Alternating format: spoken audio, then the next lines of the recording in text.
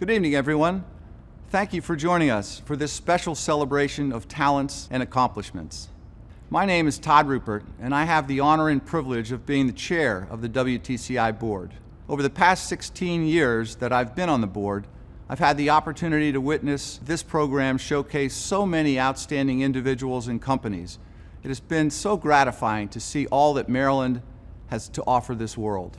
On behalf of the entire board, I most sincerely congratulate all of this year's winners. You are truly well-deserving of this honor, and I hope you thoroughly enjoy it. Now, in 2020, the WTCI board introduced a new leadership award, the Global Visionary Award, which is awarded to an individual who has made a significant contribution to the world of culture or art, design, music, food, or wine.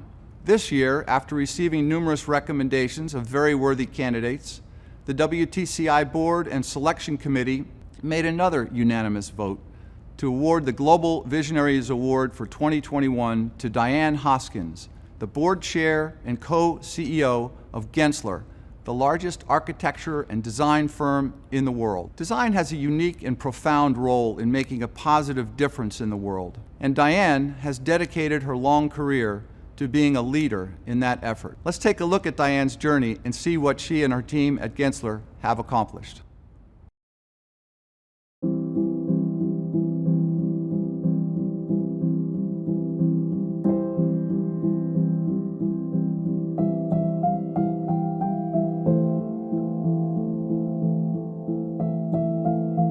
I really decided to become an architect when I was a kid. And actually, most architects usually say that because it kind of is in you. You know, my mom had studied art and was really, an excellent artist. And from about 4 years old, I was taking art classes for little kids at the Art Institute of Chicago. And, I really saw myself following in my mom's footsteps in studying art. And my mom worked at McGraw-Hill, which published Architectural Record magazine. And I remember looking at it and looking at the buildings and just saying, that's what I want to do. That's what I want to do.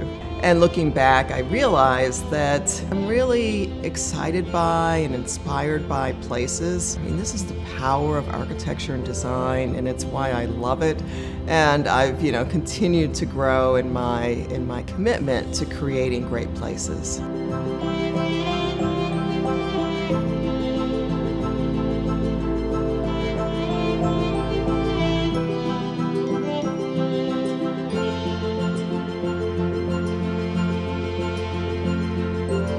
The first firm I ever worked for after college was Skidmore, Owings & Merrill, which was the biggest architecture firm in the world at that time. I worked in the Chicago office and got to learn, the essentials of architecture from some of the great ones. In 1995, when we moved to Maryland, I was leading the DC office of Gensler, and I started our Baltimore office. It was important to me that we had a Baltimore office as well. Early on, we won the opportunity to renovate the Bagby building. And at that time, nothing really was developed in the Harbor East area. We had the opportunity to turn that into, a modern workplace, and in many ways was one of the first buildings in that area that started to turn that neighborhood around. But it was wonderful to have the opportunity to be part of that idea that here's this incredible area that could begin to meet the present and the future in a whole new way.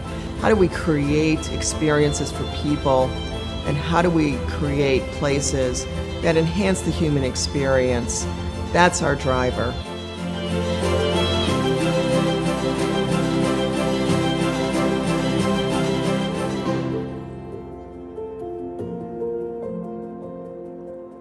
So what makes good design? It's a complicated question. It's a simple question. It's that intersection. It's what all of us in design love, is that it's not a straight line. It's not A plus B equals C. It is so much at the intersection of, humanity and all of what goes on in life. all of the kind of day-to-day, most basic elements of experience, that when you experience a place where someone has anticipated your needs, man, that's good design. When it's all done with economy and not too much unnecessary frills, that's great design. As a designer, it's how you balance those things or prioritize them. That is what we do every day.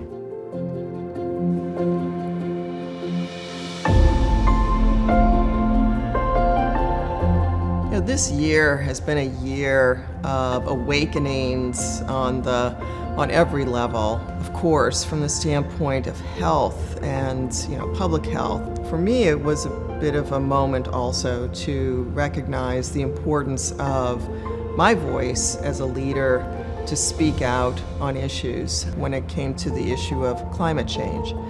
So we always think of cars and the impact of industry, but we don't think about the impact of our buildings. We literally design 1.5 billion square feet of space annually. I felt very strongly that it was important for me as a leader of the largest architecture firm in the world to a commitment that by 2030, all of our projects, every building that we design, would be net zero, meaning that it did not contribute any carbon into the atmosphere. We can also make a huge impact when we talk about those places being inclusive, that we are focused on inclusive design and design that brings people together, that improves the human experience, that contributes to communities. Looking at yourself in the mirror and saying, what can you do?